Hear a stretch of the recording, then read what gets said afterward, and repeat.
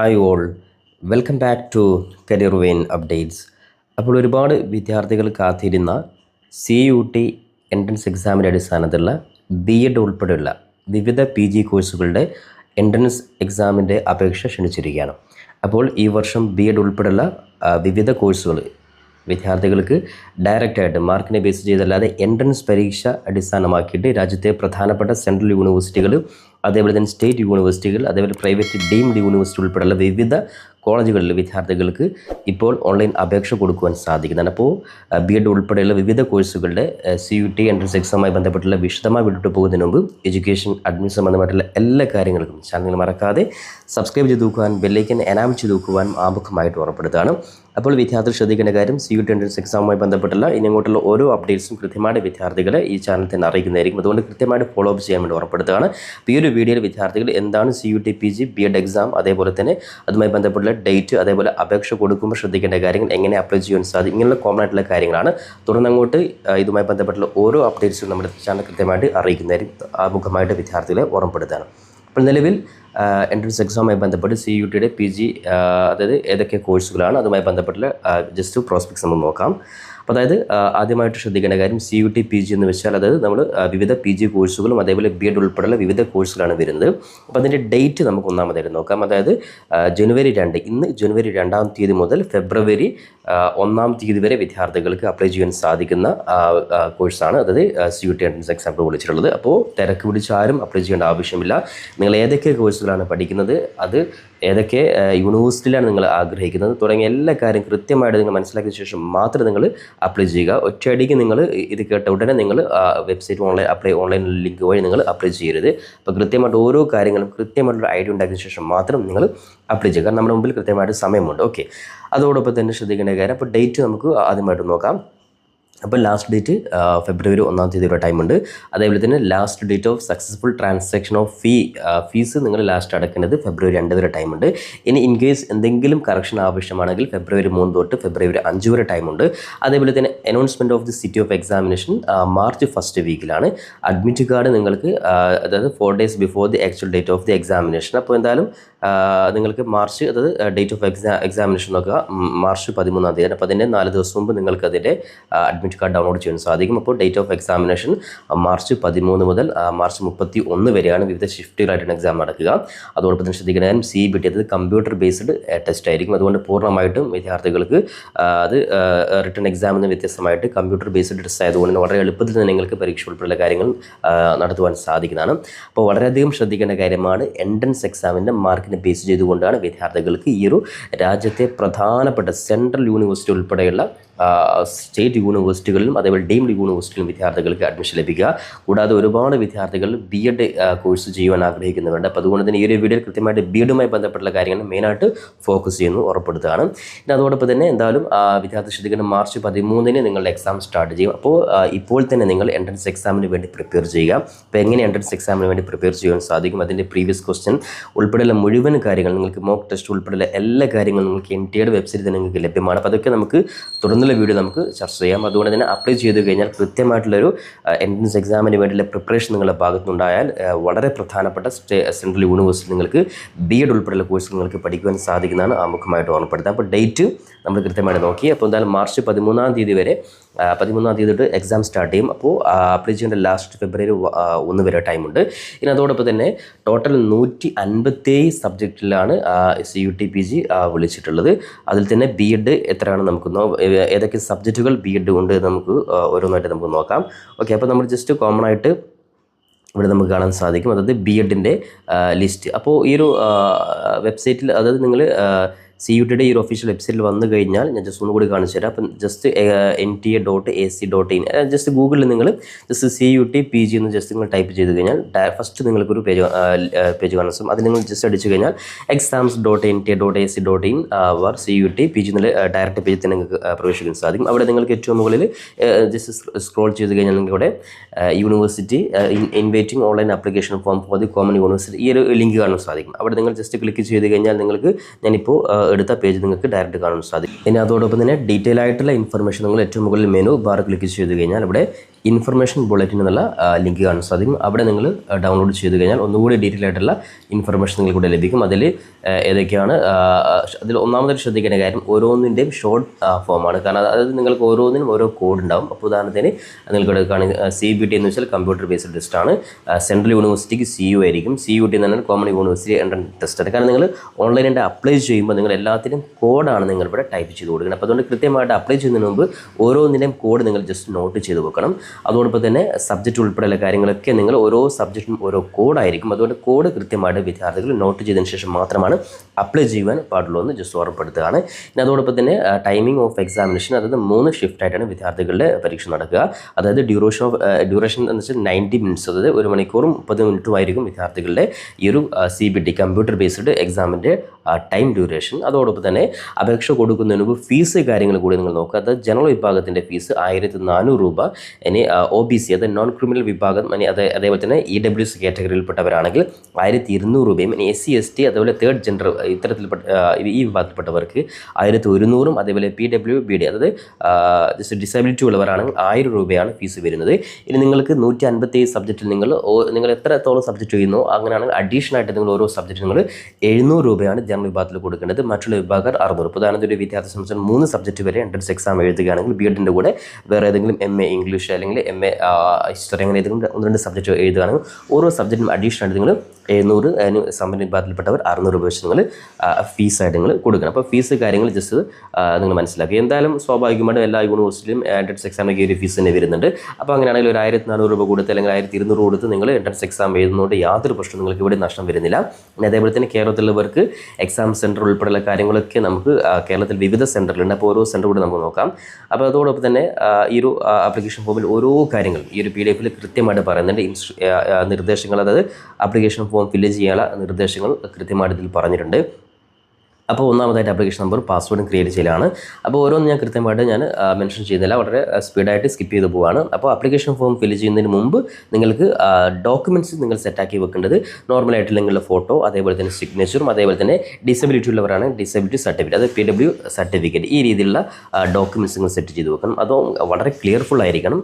JPG അല്ലെങ്കിൽ JPG ഫോമാറ്റിൽ set ചെയ്ത് വെക്കണം. 10 KB മുതൽ 200 KB വരെ ആയിരിക്കണം മാക്സിമം സൈസ് ഫോട്ടോയുടെ വേണ്ടത്. ഇനി അതേപോലെ തന്നെ സിഗ്നേച്ചർ ശ്രദ്ധിക്കേണ്ട കാര്യം 4 KB മുതൽ 30 KB വരെയുള്ള സൈസ് ആയിരിക്കണം. ഇനി അതേപോലെ തന്നെ PW സർട്ടിഫിക്കറ്റ് ആണെങ്കിൽ ഈ പറഞ്ഞ രീതിയിൽ 10 KB മുതൽ 300 KB വരെയുള്ള സൈസ് നിങ്ങൾ സെറ്റ് ചെയ്ത് വെക്കുക. അപ്പോൾ ഈ രീതിയിൽ സൈസ് ഓഫ് ഡോക്യുമെൻറ്റ്സ് നിങ്ങൾ വളരെയധികം ശ്രദ്ധിച്ച് നിങ്ങൾ സെറ്റ് ചെയ്ത് വെക്കുക. അങ്ങനെയാണെങ്കിൽ നിങ്ങൾക്ക് സ്വന്തമായിട്ട് നിങ്ങൾക്ക് വളരെ എളുപ്പത്തിൽ നിങ്ങൾക്ക് ഓരോ സ്റ്റേജ് നിങ്ങൾക്ക് അപ്ലൈ ചെയ്യാൻ സാധിക്കുന്നതാണ്.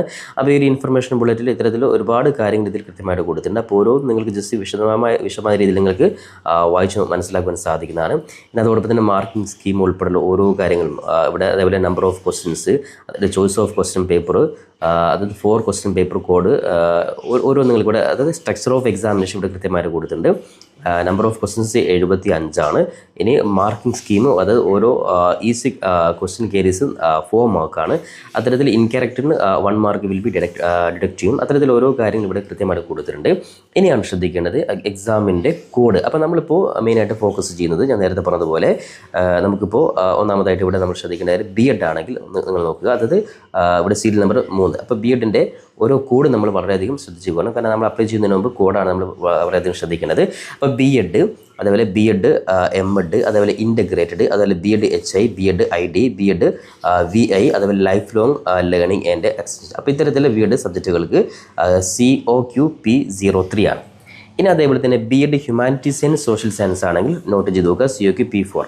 ഇനി BEd ലാംഗ്വേജസ്, നേരത്തെ പറഞ്ഞ ലാംഗ്വേജ് വിഭാഗം BEd ആണെങ്കിൽ COQP05, BEd സയൻസ് ആണെങ്കിൽ P06, BEd മാത്തമാറ്റിക്സ് ആണെങ്കിൽ P07. അപ്പോൾ ഇത്രയും സബ്ജക്റ്റിലാണ് BEd. അപ്പോൾ സ്വാഭാവികമായിട്ടും BEd അപ്ലൈ ചെയ്യുന്നവർക്ക് ഇത്രയും കോഡുകളാണ് നമ്മൾ നോട്ട് ചെയ്ത് വെക്കുന്നത്. ഇത് കൃത്യമായിട്ട് നമ്മൾ ആപ്ലിക്കേഷൻ പേജിലോട്ട് പോകുന്നുണ്ട്.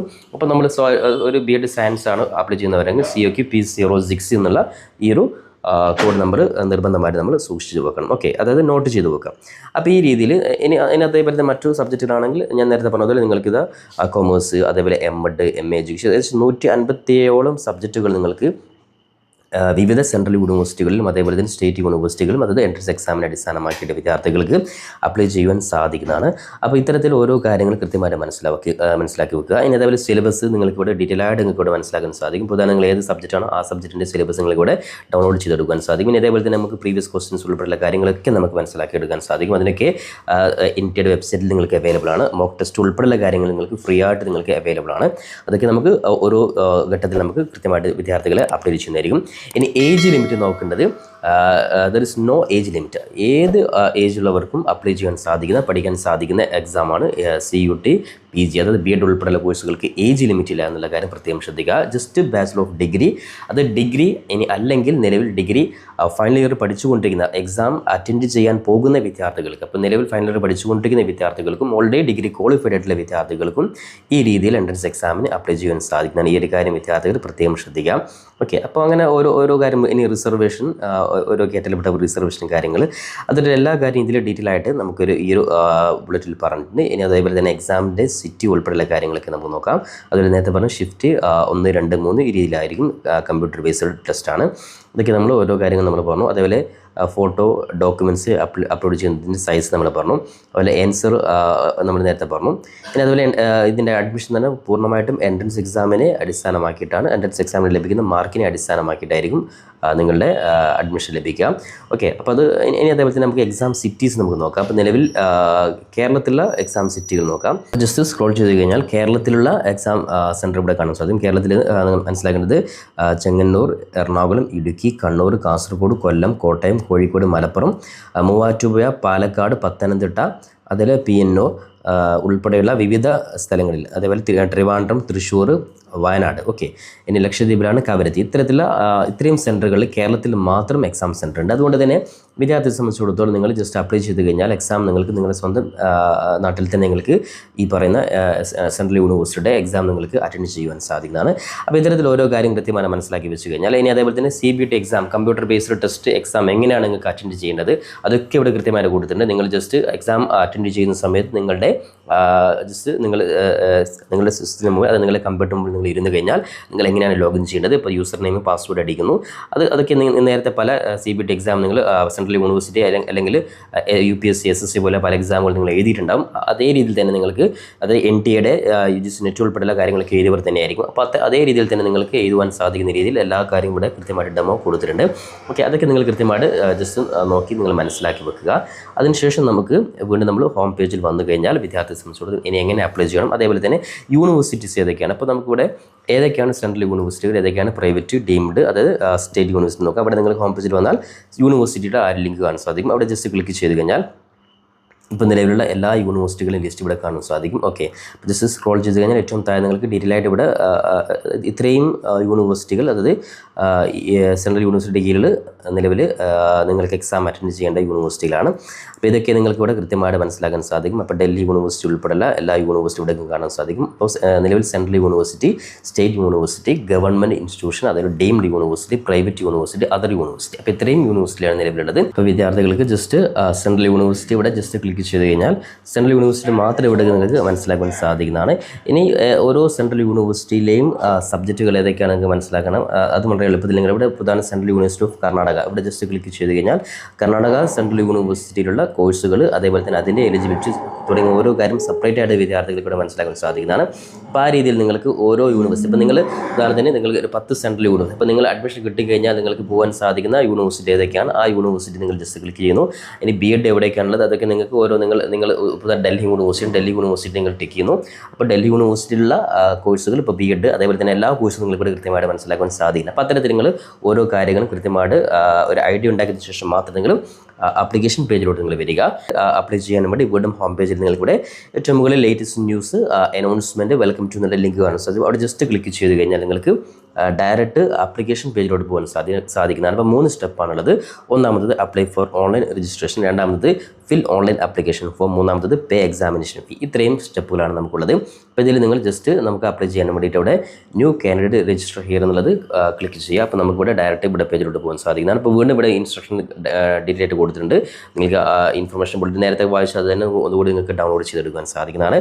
അതിനുശേഷം നമ്മുടെ എക്സാം ഫീസ് ഉൾപ്പെടെ കാര്യങ്ങളൊക്കെ ഒന്നുകൂടി നിങ്ങളെ റിമൈൻഡ് ചെയ്യുന്നുണ്ട്. അതുപോലെ ഡോക്യുമെൻറ്റ്സ് അപ്ലോഡ് ചെയ്യേണ്ട കാര്യങ്ങളൊക്കെ സൈസ് കാര്യങ്ങളൊക്കെ ഒന്നുകൂടി നിങ്ങളെ ഇൻഫോം ചെയ്യുന്നുണ്ട്. അപ്പോൾ അതിനുശേഷം നിങ്ങൾ ജസ്റ്റ് ഇവിടെ ഐ ഹാവ് ഡൗൺലോഡ് എന്നുള്ള ആ ലിങ്ക് ക്ലിക്ക് ചെയ്ത് ജസ്റ്റ് ക്ലിക്ക് ചെയ്തിട്ട് പ്രൊസീഡ് നിങ്ങൾ അടിച്ചു കഴിഞ്ഞാൽ അടുത്ത പേജിൽ നിങ്ങൾക്ക് അതിന് വേണ്ടി ഒന്നാമതായിട്ട് നിങ്ങൾക്കിവിടെ കുറച്ച് ബോക്സ് കാണാൻ സാധിക്കും. ഇതിൽ ഏതെങ്കിലും ഒരു ID കാർഡ് നിങ്ങൾ കൈവശം ഉണ്ടായിരിക്കും. ഒന്നാമത് ആധാർ കാർഡ് കമ്പൽസറിയാണ്, അപ്പോൾ ആധാർ കാർഡ് കൊടുക്കുന്നു. ഇനി അതേപോലെ ഇതിൽ ഒരുപാട് ഓപ്ഷൻ കാണാൻ സാധിക്കും. നിങ്ങൾക്ക് ഡിജി ലോക്കർ അല്ലെങ്കിൽ ABCID, അതായത് അക്കാഡമിക് ബാങ്ക് ഓഫ് ക്രെഡിറ്റ്, അല്ലെങ്കിൽ പാൻ കാർഡ് അല്ലെങ്കിൽ ഇന്ത്യൻ പാസ്പോർട്ട് ഏതെങ്കിലും ഒന്ന് നിങ്ങൾ കൊടുത്താൽ മതി. ഇപ്പോൾ ഉദാഹരണം പാസ്പോർട്ട് ആണെങ്കിൽ പാസ്പോർട്ട് അല്ലെങ്കിൽ പാൻ കാർഡിന് പാൻ കാർഡോട് കൊടുക്കുക. അതിനുശേഷം പാൻ കാർഡ് നമ്പർ കൊടുത്ത് ക്ലിക്ക് ചെയ്തിട്ട് പ്രൊസീഡ് ബട്ടൺ നിങ്ങൾ പ്രസ് ചെയ്യുന്നു. അപ്പോൾ ഞാൻ ഇത്രയാണ് ഈ വീഡിയോയിൽ കാണിക്കുന്നുള്ളത്. അപ്പോൾ അതിനുശേഷം നിങ്ങൾ അടുത്ത പേജിൽ പോയാൽ നിങ്ങളുടെ പേഴ്സണൽ ഡീറ്റെയിൽസ്, അക്കാഡമിക് ഡീറ്റെയിൽസ് ഉൾപ്പെടെയുള്ള കാര്യങ്ങൾ നിങ്ങൾ ടൈപ്പ് ചെയ്ത് കൊടുക്കണം. അപ്പോൾ എന്തായാലും നമുക്ക് തൊട്ടടുത്ത വീഡിയോ നിങ്ങൾക്ക് വേണമെങ്കിൽ നമുക്ക് മറ്റുള്ള ഓരോ പ്രൊസീജിയർ കൂടി വിശദമായിട്ട് നിങ്ങൾക്ക് മനസ്സിലാവുന്ന രീതിയിലുള്ള മറ്റൊരു വീഡിയോ നിങ്ങൾക്ക് വേണ്ടി ചെയ്യുന്നതായിരിക്കും. അപ്പോൾ അതിന് നിങ്ങൾ കമൻറ്റ് ബോക്സിൽ നിങ്ങൾ പറയുക, ആവശ്യമാണെങ്കിൽ അത്തരത്തിൽ വീഡിയോ നമ്മൾ ചെയ്യുന്നതായിരിക്കും. അപ്പോൾ എന്തായാലും വിദ്യാർത്ഥിയെ സംബന്ധിച്ചിടത്തോളം അപ്ലൈ ചെയ്യുന്നതിന് മുമ്പ് കൃത്യമായിട്ട് ഓരോ കോഡും കൃത്യമായിട്ട് നിങ്ങൾ മനസ്സിലാക്കിയിട്ട് മാത്രം നിങ്ങൾ അപ്ലൈ ചെയ്യുക. അതേപോലെ ഡോക്യുമെൻറ്റ്സ് ഒക്കെ നിങ്ങൾ സെറ്റ് ചെയ്ത് വെക്കുക. ഇനി ബാക്കിയുള്ള ഓരോ സ്റ്റെപ്പ് വളരെ എളുപ്പത്തിലായതുകൊണ്ട് തന്നെ ഞാൻ കൂടുതൽ വിശദീകരിക്കുന്നില്ല. അപ്പോൾ ആവശ്യമാണെങ്കിൽ റിക്വസ്റ്റ് ചെയ്യുകയാണെങ്കിൽ തീർച്ചയായും പരമാവധി നിങ്ങൾക്ക് കൂടുതൽ അപ്ലൈ ചെയ്യുന്നതിനെ കുറിച്ചുള്ള വീഡിയോ ചെയ്യാൻ വേണ്ടി ശ്രമിക്കുന്നതായിരിക്കും. അതോടൊപ്പം തന്നെ ഇനി ഇങ്ങോട്ടുള്ള ഓരോ കാര്യങ്ങളും പരമാവധി വിദ്യാർത്ഥി നമ്മുടെ ചാനൽ CUET എൻട്രൻസ് എക്സാമുമായി ബന്ധപ്പെട്ട കാര്യങ്ങൾ അപ്ലൈ ചെയ്യുന്നതായിരിക്കും. അതുകൊണ്ട് ചാനൽ മറക്കാതെ സബ്സ്ക്രൈബ് ചെയ്ത് വെക്കുവാൻ, ബെല്ലേക്ക് എനാബിൾ ചെയ്ത് വെക്കുവാൻ, പരമാവധി നിങ്ങളുടെ സുഹൃത്തുക്കൾ കൂടി ഇത്തരത്തിൽ വീഡിയോ ഷെയർ ചെയ്ത് കൊടുക്കാൻ കൂടി ഓർമ്മപ്പെടുത്തിക്കൊണ്ട് പുതിയൊരു അപ്ഡേറ്റ് നമുക്ക് വീണ്ടും കണ്ടുമുട്ടാം. അതുവരേക്കും തൽക്കാലം it's me Savad Aricheri. Thank you for watching this video.